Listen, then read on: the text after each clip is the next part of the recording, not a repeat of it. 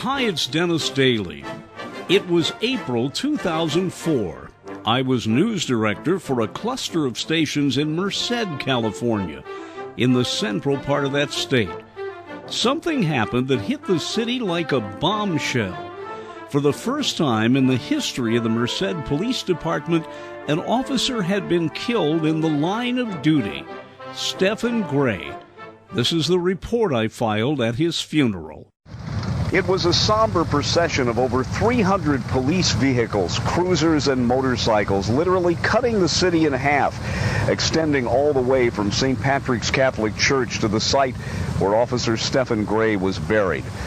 Hundreds of people stood outside, others inside in two buildings to hear the service, including the sanctuary itself.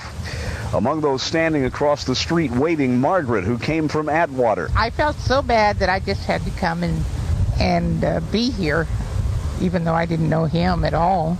But I guess I felt bad because I have a niece that's with the Fresno Police Department. And I thought that just, it's just sad that for no reason at all, he killed him. Sharon was in an office nearby. It's upsetting. I mean, it's disturbing. It's sad things have to happen like this. I just really hope they catch the person that did it, A woman named Veronica brought her 13-year-old son. We didn't feel like we could go to the church because we didn't really know Officer Gray.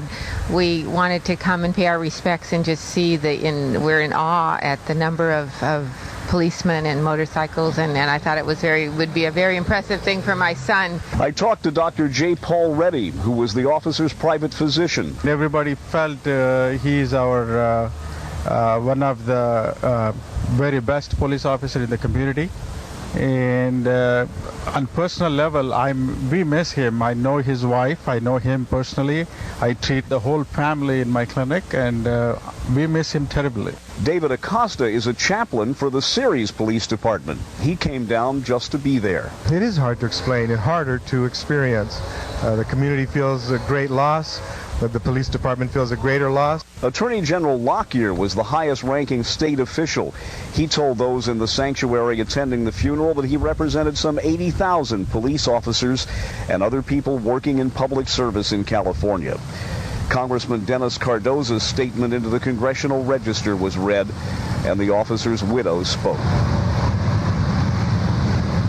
This town's growing so fast, and it's a big wake-up call for our community as far as trying to relate and try to knock this gang violence down and just try to get this city back under control.